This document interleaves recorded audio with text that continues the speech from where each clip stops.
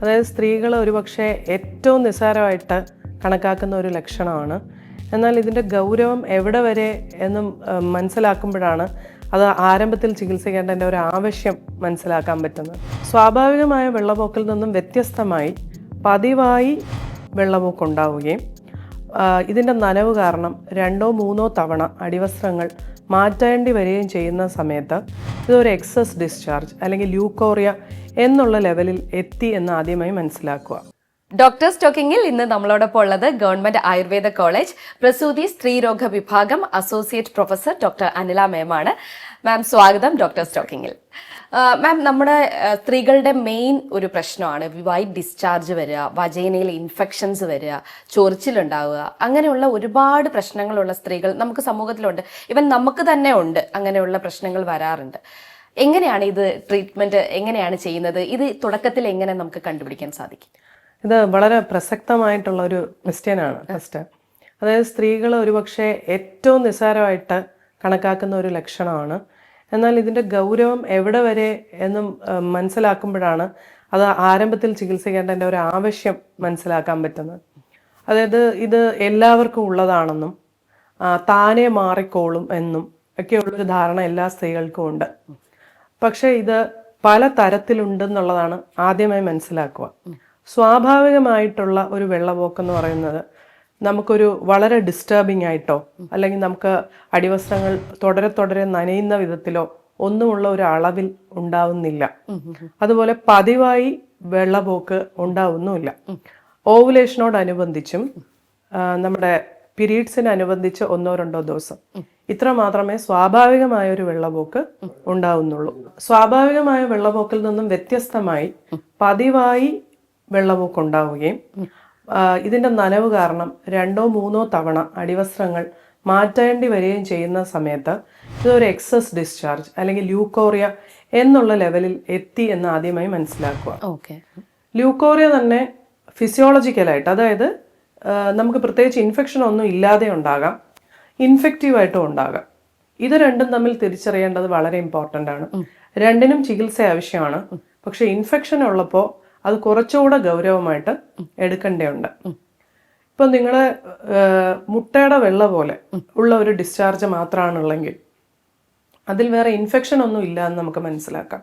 പക്ഷെ ഇതേ ഡിസ്ചാർജ് തന്നെ വെള്ള നിറമോ മഞ്ഞ നിറമോ മറ്റെന്തെങ്കിലും നിറം മാറ്റം, ദുർഗന്ധം, ചൊറിച്ചിൽ, നടുവേദന, അടിവേർ വേദന ഇതുമായിട്ട് അസോസിയേറ്റ് ചെയ്ത് വരുന്നുവെങ്കിൽ അവിടെ ഒരു ഇൻഫെക്ഷനായി എന്ന് ഫസ്റ്റ് മനസ്സിലാക്കുക.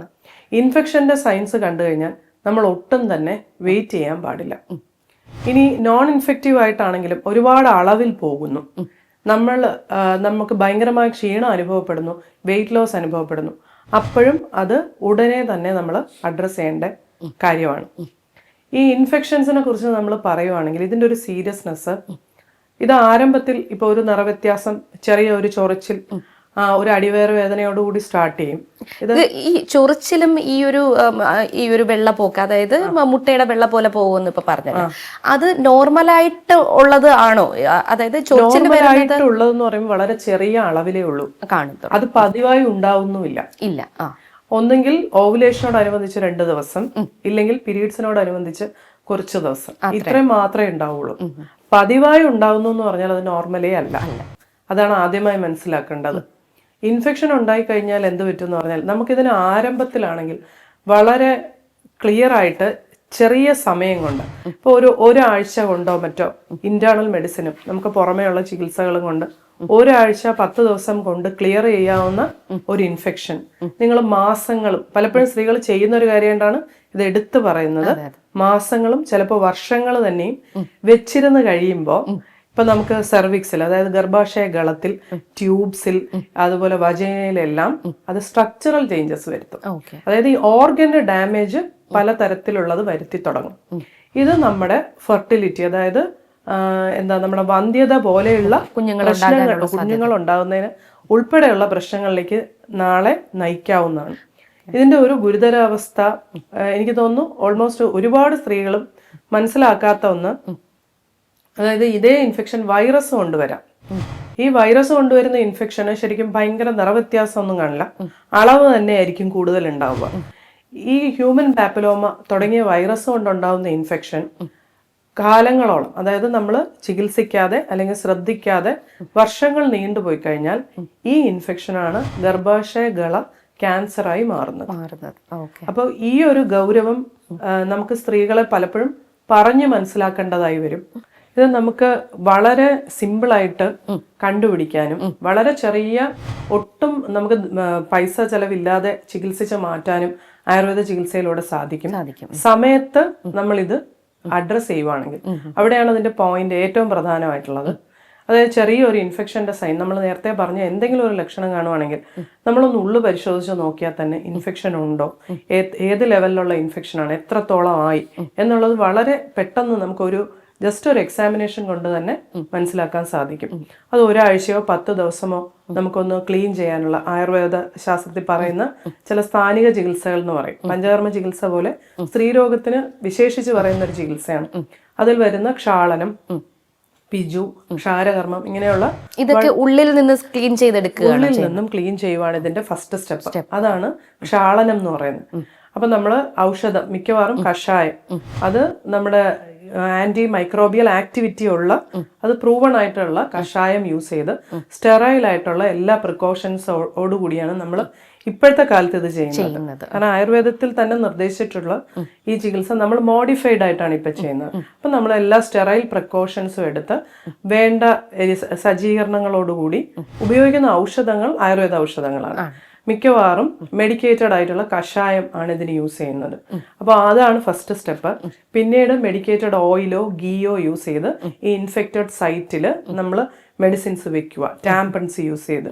അങ്ങനെ ട്രീറ്റ് ചെയ്യുമ്പോൾ ഒരാഴ്ച 10 ദിവസം കൊണ്ട് ഇൻഫെക്ഷൻ ഫുള്ളായിട്ടും ക്ലിയർ ചെയ്യാൻ പറ്റും. ഡോക്ടർ, ഈ വൈറ്റ് ഡിസ്ചാർജ്, ഇപ്പോൾ കട്ടത്തൈര്, അങ്ങനെ ആ ഒരു രീതിയിലൊക്കെ പോകാറുണ്ടല്ലോ. അപ്പോൾ ഇതൊക്കെ പിന്നീട് ഭാവിയിൽ ക്യാൻസർ ഉണ്ടാവാനോ അല്ലെങ്കിൽ ഫൈബ്രോയിഡ്, സിസ്റ്റ്, അങ്ങനെയുള്ള എന്തെങ്കിലുമൊക്കെ ഫോർമേഷൻസ് വരാനുള്ള ചാൻസ് ഉണ്ടോ? അതായത് ഈ ഇൻഫെക്ഷൻ പലതരത്തിലാണ്. ഇത് ഉണ്ടാക്കുന്ന ഓർഗാനിസം, അതിന്റെ സ്വഭാവം അനുസരിച്ചാണ് ഇത് നമുക്ക് ഉണ്ടാക്കുന്ന ഡാമേജ് ഇരിക്കുന്നത്. ഇതിൽ തന്നെ ചിലതെല്ലാം നമ്മുടെ ഫാലോപ്പിയൻ ട്യൂബിന് ഡാമേജ് വരുത്തും. അത് ഭാവിയിൽ നമ്മുടെ ഫെർട്ടിലിറ്റിയെ പ്രശ്നമാക്കും, അങ്ങനെ ഉണ്ടാക്കാം. ചിലതെല്ലാം സെർവിക്സ്, അതായത് ഗർഭാശയ ഗളത്തിനെ നേരിട്ട് ബാധിക്കുന്ന ഇതുണ്ട്. അതിൽ പ്രധാനപ്പെട്ട ഒന്നാണ് ഹ്യൂമൻ പാപ്പിലോമ വൈറസ് എന്ന് പറയുന്നത്.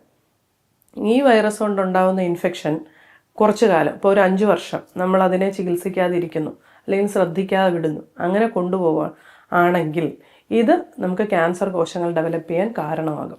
സ്ത്രീകൾ കൂടുതലും പറയാൻ മടിക്കുന്ന ആൾക്കാരാണ് അല്ലേ? അതെ, ഇത് ഒരു എല്ലാവർക്കും ഉണ്ടെന്നും താനെ മാറുന്ന ഒരു ധാരണ മിക്ക സ്ത്രീകൾക്കും ഉണ്ട്. അതാണ് ഇതിനകത്ത് വരുന്ന ഒരു അപകടം. പക്ഷെ പതിവായി ഉണ്ടാവുക, വളരെ അളവിൽ വരിക, ഇത് രണ്ടും സ്വാഭാവികമല്ല. പിന്നെ ഇതിന്റെ നിറവ്യത്യാസം, നേരത്തെ പറഞ്ഞ പോലെ കട്ടത്തൈര് പോലെയൊക്കെ വരുന്നത് ഫംഗൽ ഇൻഫെക്ഷൻസിന്റെ മറ്റും ലക്ഷണങ്ങളാണ്. കഠിനമായ ചൊറിച്ചിൽ വരുന്നതും അതിന്റെ ലക്ഷണമാണ്. അപ്പോൾ ഇതൊന്നും ഇല്ലാതെ തന്നെ മുട്ടയുടെ വെള്ള പോലെ ധാരാളം അളവിൽ വരാം. വൈറൽ ഇൻഫെക്ഷൻസ് കൂടുതലും അങ്ങനെയാണ് വരാറ്. പക്ഷെ ഇത് പതിവായി നിൽക്കുന്നു, വർഷങ്ങളോളം തുടരുന്നു എന്നുള്ള ഒരു സാഹചര്യം വരുവാണെങ്കിൽ അത് പ്രത്യേകം ശ്രദ്ധിക്കണം. നമുക്ക് വളരെ സിമ്പിൾ ആയിട്ടുള്ള പാപ്സ്മിയർ എന്ന് പറഞ്ഞൊരു സ്ക്രീനിങ് ടെസ്റ്റ് ഉണ്ട്. നമ്മുടെ തിരുവനന്തപുരം RCCയിൽ കമ്മ്യൂണിറ്റി മെഡിസിനിലൊക്കെ അത് ചെയ്യുന്നു, കമ്മ്യൂണിറ്റി ഓങ്കോളജിയിൽ അത് ചെയ്യുന്നുണ്ട്. അപ്പൊ അവിടെ പോയി പാപ്സ്മിയർ ടെസ്റ്റ് മിക്കയിടത്തും ഉണ്ട്. ഇപ്പോൾ സിമ്പിളായ ഒരു പരിശോധന, ഇതൊന്ന് പരിശോധിച്ച് നോക്കുവാണെങ്കിൽ നമുക്ക് ക്യാൻസർ കോശങ്ങളുടെ ഒരു ആരംഭം ഡെവലപ്പ് ചെയ്തിട്ടുണ്ടോ എന്ന് സിമ്പിളായി അറിയാൻ പറ്റും. ആ സ്റ്റേജിൽ പോലും നമുക്കതിനെ പൂർണ്ണമായും ചികിത്സിച്ച് മാറ്റാൻ പറ്റും. പക്ഷെ അത് അതിന്റെ അടുത്തടുത്ത പല ഘട്ടങ്ങളിലേക്കും എത്തി പൂർണ്ണമായ രീതിയിൽ ഒരു ക്യാൻസർ ആയി കഴിഞ്ഞാൽ അന്നേരമാണ് പിന്നെ പലതരത്തിലുള്ള ശസ്ത്രക്രിയ പോലെയുള്ള ചികിത്സകളിലേക്ക് നമുക്ക് കടക്കേണ്ടതായി വരുന്നത്. അപ്പൊ ആദ്യം വളരെ ചെറിയ രീതിയിൽ ചെറിയ സമയം കൊണ്ടും ചെലവ് കുറഞ്ഞ രീതിയിലും നമുക്ക് ചികിത്സിക്കാമായിരുന്നു. അത് എങ്ങനെയാണ്? മെഡിസിൻ ആയിട്ടാണോ? മെഡിസിൻ നമുക്കിപ്പോ ഇൻഫെക്ഷന്റെ ഒരു അളവ് പോലെ അല്ലെങ്കിൽ അതിന്റെ ഒരു ക്രോണിസിറ്റി എത്ര വർഷമായി എന്നുള്ളതിനെ അനുസരിച്ചിരിക്കും. മിക്കവാറും ഒരു ഇന്റേണൽ മെഡിസിൻ നമ്മൾ ഉള്ളിലേക്ക് കഷായം, ഗുളിക കൊടുക്കുന്നതിന്റെ ഒപ്പം പുറമെ ഒരു വാഷ് ചെയ്യുക, മെഡിക്കേറ്റഡ് ആയിട്ടുള്ള ടാമ്പൺസ് യൂസ് ചെയ്യുക, ഇതും കൂടി ആകുമ്പോഴേ യൂഷ്വലി ഇങ്ങനെയുള്ള ഇൻഫെക്ഷൻസ് പൂർണ്ണമായിട്ടും ഭേദമാകുകയുള്ളൂ. പക്ഷെ ആരംഭത്തിൽ നമുക്ക് വളരെ ചെറിയൊരു കാലം കൊണ്ട് വളരെ ചെലവ് കുറഞ്ഞ ചികിത്സകൾ കൊണ്ട് പൂർണ്ണമായിട്ടും ഭേദമാക്കാനും പറ്റും. മറ്റുള്ള ഓർഗൻസിനൊന്നും അതൊരു ഡാമേജ് വരുത്താത്ത രീതിയിൽ അതിനെ കംപ്ലീറ്റ് ആയിട്ട് ക്യൂർ ചെയ്യാനും പറ്റും. ഇതേ കണ്ടീഷൻ നമുക്ക് കുറച്ച് കാലം കഴിഞ്ഞാൽ, ഒരു 5 വർഷം അല്ലെങ്കിൽ 6 വർഷം, അത് ഓരോ ആളുടെ ആരോഗ്യസ്ഥിതി അനുസരിച്ചാണ് ഇതിന്റെ പ്രോഗ്രസ് വരുന്നത്. ആരോഗ്യമില്ലാത്തവർക്ക് ഇത് വളരെ പെട്ടെന്ന് പ്രോഗ്രസ് ചെയ്തെന്നും വരും.